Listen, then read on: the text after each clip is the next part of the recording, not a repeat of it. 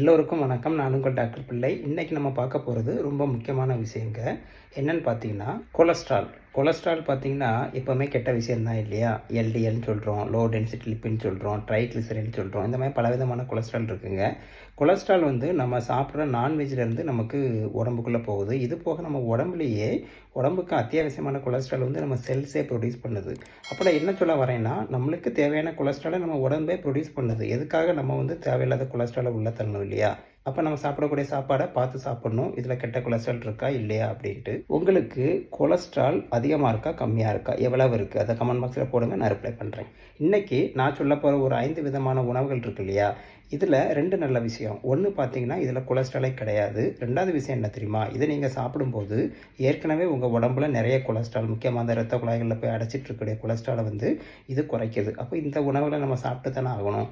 ஒரு 5 விதமான கொட்டைகள் மற்றும் விதைகள் இதை தான் நம்ம பார்க்க போகிறோம். இதில் 0 கலர் இருக்குங்க. உடம்போட வெயிட்டையும் இது குறைக்கும். அதனால் என்னன்னு தெரிஞ்சுட்டு அதை தினமும் நீங்கள் சாப்பிட்ருவாங்க. 5ம் டெய்லி சாப்பிட வேண்டியதில் ஒவ்வொரு நாளையும் ஒன்று வச்சு தினமும் நீங்கள் சாப்பிட்டு வந்தீங்க அப்படின்னா உடம்போட கொலஸ்ட்ராலை இது படிப்படியாக குறைக்கும். அந்த வகையில் முதலாவது பார்க்கக்கூடிய விஷயம் என்னென்னு பார்த்தீங்கன்னா, நம்ம ஒரு ஆல்மண்டு பாதாம் பருப்புன்னு சொல்கிறோம் இல்லையா?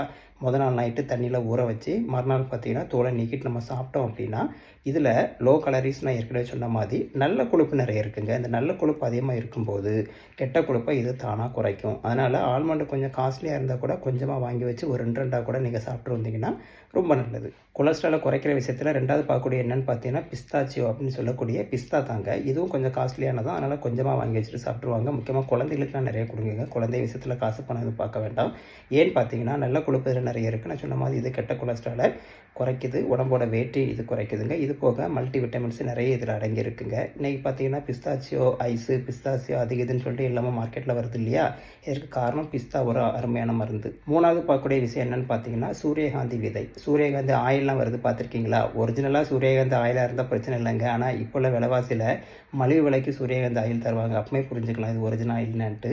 அதனால் சூரியகாந்தி விதையை நீங்கள் வாங்கி வீட்டிலேயே காய வச்சு அப்படியே நீங்கள் பொடிச்சு டீ காஃபியில் கலந்தோ, பாலில் கலந்தோ, இல்லை வெந்நில கலந்தோ, இல்லை பச்சையாக கூட சாப்பிட்லாம். ஏன்னா இதில் வைட்டமின் இ நிறைய இருக்குது, பாலிஸ்டரால் இருக்குது. இதெல்லாம் உடம்போட வெயிட்டை குறைக்குது, கெட்ட கொழுப்பை குறைக்குது. அப்படியே இரத்த குழாயில் படிஞ்சிருக்கக்கூடிய அடைப்பு மற்றும் அடுக்கு இதெல்லாம் கொஞ்சம் கொஞ்சமாக குறைச்சிருது. 4வது பார்க்கக்கூடிய விஷயம் என்னென்னு பார்த்தீங்கன்னா பூசணி விதை. பூசணி நமக்கு தெரியும் இல்லையா? நம்ம திருச்சி சுற்றி போடுற பூசணியா? அது ஓரளவு நம்பிக்கை, அதை பற்றி பேச வேண்டாம். பூசணி பொதுவாக நம்ம ஊரில் சாம்பார் வைக்கிறோம், கூட்டு வைக்கிறோம் இல்லையா? அப்போ அதோட விதையெல்லாம் நம்ம கழிச்சிட்றோம் இல்லையா? அந்த விதைகளை சேர்த்து வைங்க, வீட்டு மாடியிலே காய வைங்க. நல்ல காஞ்சப்புறம் மேலே ஒரு தோல் இருக்கும், கீழே ஒரு சீடு இருக்கும். முழுசாகவே சொல்கிறேன், நல்ல காஞ்சப்புறம் முழுசாகவே அதை மிக்சியில் போட்டு நல்லா பொடிச்சு பவுடராக வச்சுக்கோங்க. இதை நீங்கள் எப்படி வேணாலும் சாப்பிட்லாங்க. தண்ணியில் கலந்து குடிக்கலாம், பாலில் கலந்து குடிக்கலாம், தோசை மாவில் மிக்ஸ் பண்ணி கூட சாப்பிட்லாம். இது சாப்பிடும்போது இதில் உள்ள பாலிஸ்டரால்னு சொல்லக்கூடிய விஷயம் உடம்புக்கு நல்லது பண்ணுது. நல்ல கொழுப்பு நிறைய இருக்குது, வைட்டமின் இ இருக்குது, ஸ்கின்னுக்கு நம்ம தோல்லாம் பளபளக்க ரொம்ப நல்லது இல்லையா? இந்த மாதிரி விஷயங்கள்லாம் சாப்பிட்டு வரும்போது உங்களுக்கு உடம்பு நல்லாயிருக்கும். 5வது பார்த்தீங்கன்னா முந்திரி, கால்சியம் ஆங்கிலத்தில் சொல்கிறோம் இல்லையா? இதிலே நல்ல கொழுப்பு இருக்குங்க. உடம்புக்கு இது நல்லது பண்ணுது. வைட்டமின்ஸு, மினரல்ஸு, அத்தியாவசிய தேவையான சத்துக்கள் எல்லாமே இருக்குது. அப்போ நான் சொன்ன அந்த 5 வகையான சீட்ஸு, நட்ஸு எல்லாமே நீங்கள் தொடர்ந்து சாப்பிட்டு வரும்போது ஏற்கனவே சாப்பிட்ட சாப்பாட்டில் உள்ள கொலஸ்ட்ரால், கெட்ட கொலஸ்ட்ரால் உடம்புல இருந்தால் கூட அது இது குறைக்குது, மேற்கொண்டு வராமல் தடுக்குது, உடம்போட எடையை குறைக்குது, இரத்த குழாயில் உள்ள அழுக்கு எல்லாத்தையும் நீக்குது, உடம்பை ஆரோக்கியமாக வைக்குது, இம்யூனிட்டி பவரை ஜாஸ்தி பண்ணுது. இப்படி பண்ணக்கூடிய விஷயத்த நம்ம சும்மா விட்டுடலாமா? கண்டிப்பாக முக்கியமான விஷயம் தானே. ஃப்ரெண்ட்ஸு, ஃபேமிலி மெம்பர் எல்லோரும் ஷேர் பண்ணுங்கள், அவங்க வாங்கி பயன்பெறட்டும். என்ன தான் கொஞ்சம் காஸ்ட்லியாக இருந்தால் கூட கொஞ்சம் கொஞ்சமாக சாப்பிட்னால தப்பு இல்லை, உடம்புக்கு நல்லது தானே. எதுக்கெல்லாமோ பணம் காசு செலவு பண்ணுறோம். உடம்புக்கு நோய் வந்தால் ஹாஸ்பிட்டலுக்கு ஃபுல்லாக செலவு பண்ணுறோம். அதுக்கு நம்ம இப்படி கூட செலவு பண்ணி சாப்பிட்டு போகிறோம் இல்லையா? இது போக பார்த்தீங்கன்னா தண்ணி நிறைய குடிங்க, கொஞ்சம் கொஞ்சம் உடற்பயிற்சி பண்ணுங்கள். வழக்கம் போல் லைக் பண்ணுங்கள், சப்ஸ்கிரைப் பண்ணுங்கள். மீண்டும் அடுத்த வேலையில் சந்திக்கலாமா? நன்றி, வணக்கம்.